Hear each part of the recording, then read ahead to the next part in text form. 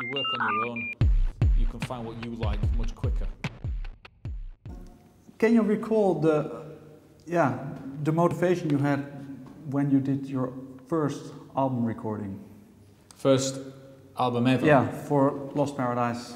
We were just young teenage fans of the music we were into at the time, like death metal stuff, and obviously if you like something enough you want to try and emulate it and do it yourself, and it was no exception for us. You know, we were all very like-minded, and it was very innocent, and we used to use the band as a way of like a social event. We would practice on a Saturday afternoon, and then we would all go out drinking together, and it was all part of the social thing for us to do the band, you know. So it was very humble, you know.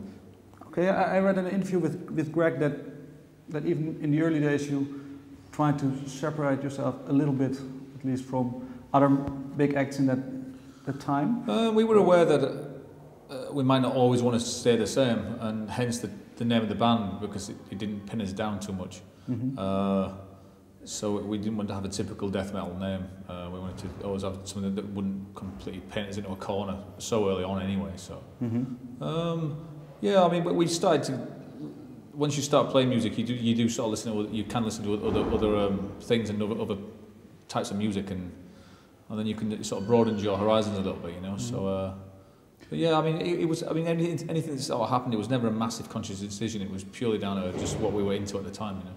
But has each of the members made this similar change of thought? Similar, because we've grown up together in the band, so we're always seeing it. We see each other all the time. We hang out together all the time. So our tastes in music and not that dissimilar. You know, there's no drastic changes between us. You know. Still today?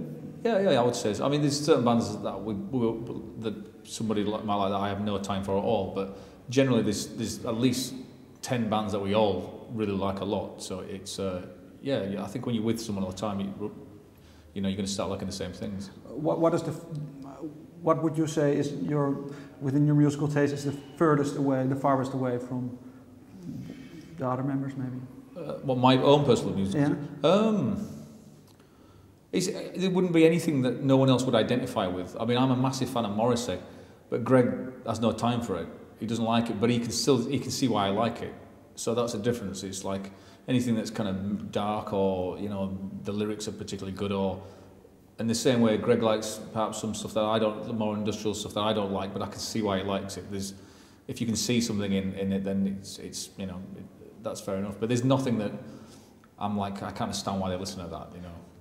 Do you still, on occasion, maybe surprise each other when it comes to, maybe you and Greg? Does Greg, for example, does he surprise you sometimes when he comes up with things that you did not expect him? Oh, musically, yeah, often, yeah, quite a lot actually.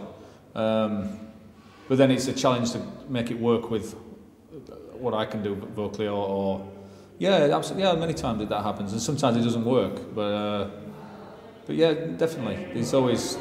It's like, wow, that's going to come out of nowhere. So, but I mean, that's, you know, that keeps things fresh and exciting, you know. Do you on occasion jam together, maybe just you two? No, we don't, because you can spend a lot of time in a room together going through ideas, and you can both agree on it, but then when you take it home and you listen again, maybe it's not as good as you remember, and it's kind of like wasting time. If you work on your own, you can find what you like much quicker, and then you can have a few days to live with it before I would let Greg hear it, or vice versa. So I wouldn't send him any ideas unless I was genuinely into them, and then if he didn't like them, then it's tough shit.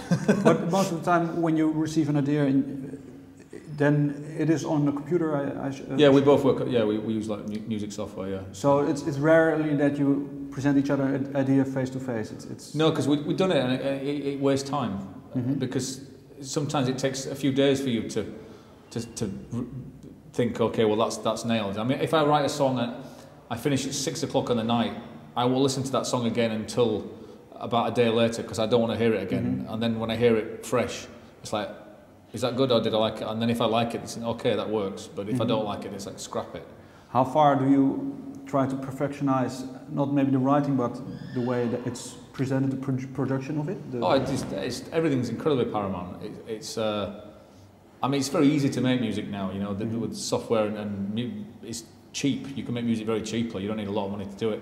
But I mean, ultimately, if you can't do an acoustic guitar, then maybe it isn't worth doing. I think there's too much technology available. I think you need to know when it says stop. But I think for us, presentation, yeah, it's everything. We work incredibly hard on